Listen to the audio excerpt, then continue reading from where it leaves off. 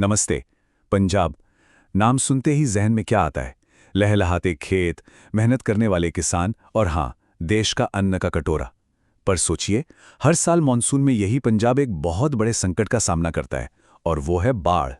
ये एक अजीब सी दुखद बात है कि जो जमीन हमें जीवन देती है वही पानी में डूब जाती है।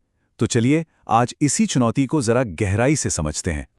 और यही तो सबसे बड़ी विडंबना है कि वही उपजाऊ जमीन जिस पर पंजाब की बल्कि पूरे देश की खुशहाली टिकी है, हर साल पानी में डूब जाती है। ये जो विरोधाभास है ना, यही आज हमारी बातचीत का, हमारी पड़ताल का सबसे अहम हिस्सा है।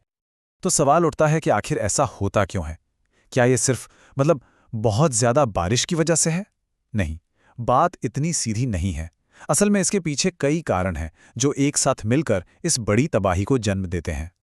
और देखिए, ये जो कारण है ना, ये अकेले अकेले काम नहीं करते। जरा सोचिए, एक तरफ तो मानसून में बादल फटते हैं, जोरदार बारिश होती है।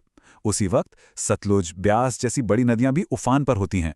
अब जब ये सारा पानी खेतों और गांवों में घुसता है, तो हमारा जो ड्रेनेज सिस्टम है वो इतना कमजोर है कि पानी को निकलने की जगह ही नहीं मिलती। और हाँ, इन सब के ऊपर है क्लाइमेट चेंज, जो इस पूरे साइकिल को और भी ज्यादा खतरनाक और भी ज्यादा विनाशकारी बना रहा है। तो जब ये सब एक साथ होता है, ये विनाश का चक्र जब शुरू होता है, तो जमीनी हकीकत कैसी दिखती है, इसका लोगों की जिंदगी पर और हमारी अर्थव्यवस्था पर क्या असर पड़ता है? तो चलिए एक पल के लिए सोचते हैं। हम सब खबरों में तो सुनते ही हैं कि पंजाब में बाढ़ आ गई, पर उन हेडलाइंस के पीछे की असलियत क्या है? जब हम कहते हैं तबाही, तो वो असल में दिखती कैसी है? इसका इंसानी चेहरा क्या है? देखिए, ये सिर्फ नंबर नहीं है। हजारों एकड़ फसल तबाह हो गई, इसका मतलब है कि किसी किसान की पूरे साल की मेहनत एक झटके में पानी में बह गई। जब पूरा का पूरा गांव पानी में डूब जाता है तो घर, सड़कें, सब कुछ खत्म हो जाता है। लोगों को अपना घर-बार छोड़कर जाने पर मजबूर होना पड़ता है। और फिर पानी से फैलने वाली बीमारियों का खतरा। तो ये सिर्फ एक आर्थिक संकट नहीं है, ये एक बहुत बड़ा मानवीय संकट भी है। और ये बात समझनी बहुत जरूरी है कि इसका असर सिर्फ किसान तक या खेतों तक नहीं रुकता। ये एक लहर की तरह है जो पूरे समाज में फैल जाता है और पंजाब के पूरे सामाजिक और आर्थिक ताने-बाने को हिलाकर रख देता है। लेकिन इतनी बड़ी तबाही की बात करने के बाद सवाल यह है कि क्या कोई उम्मीद है? क्या इस चक्र को तोड़ा जा सकता है? तो हाँ, इसका जवाब है हाँ। तो फिर वो कौन से ठोस कदम हो सकते हैं जो पंजाब को इस सालाना आपदा से बचा सकते हैं? इसका समाधान एक 5 सूत्रीय एक्शन प्लान में हो सकता है। चलिए इसे एक एक करके समझते हैं। पहला कदम, जो हमारे बांध और नदियों के किनारे हैं उन्हें और मजबूत बनाया जाए ताकि वो पानी के बहाव को कंट्रोल कर सकें।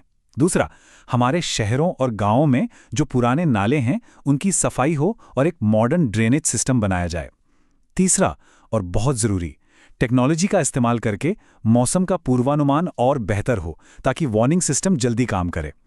चौथा कदम, जो लोग प्रभावित होते हैं उनकी तत्काल मदद के लिए अच्छे राहत कैंप और पुनर्वास केंद्र हों।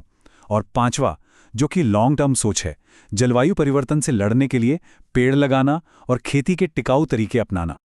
लेकिन ये सारे तकनीकी और प्रैक्टिकल कदम जो हैं, ये तभी कामयाब हो सकते हैं जब इनके पीछे एक गहरी सोच हो, एक ऐसा नजरिया जो इस पूरी समस्या को देखने का हमारा तरीका ही बदल दे। और शायद यही इस पूरी बातचीत का सबसे बड़ा सबक है कि असली हल सिर्फ कंक्रीट के बांध बनाने या नई टेक्नोलॉजी में नहीं है। असली समाधान है प्रकृति से लड़ने की कोशिश छोड़ देना और उसके साथ तालमेल बिठाकर, सामंजस्य बनाकर जीना सीखना। और ये सवाल सिर्फ पंजाब के लिए नहीं है, ये हम सब के लिए है। एक बहुत बड़ी चुनौती है। क्या हम सच में प्रकृति के साथ अपने रिश्ते को दोबारा समझने के लिए, उसे एक नई परिभाषा देने के लिए तैयार हैं? इसी एक सवाल के साथ आज की ये बातचीत यहीं समाप्त करते हैं। सोचिएगा जरूर।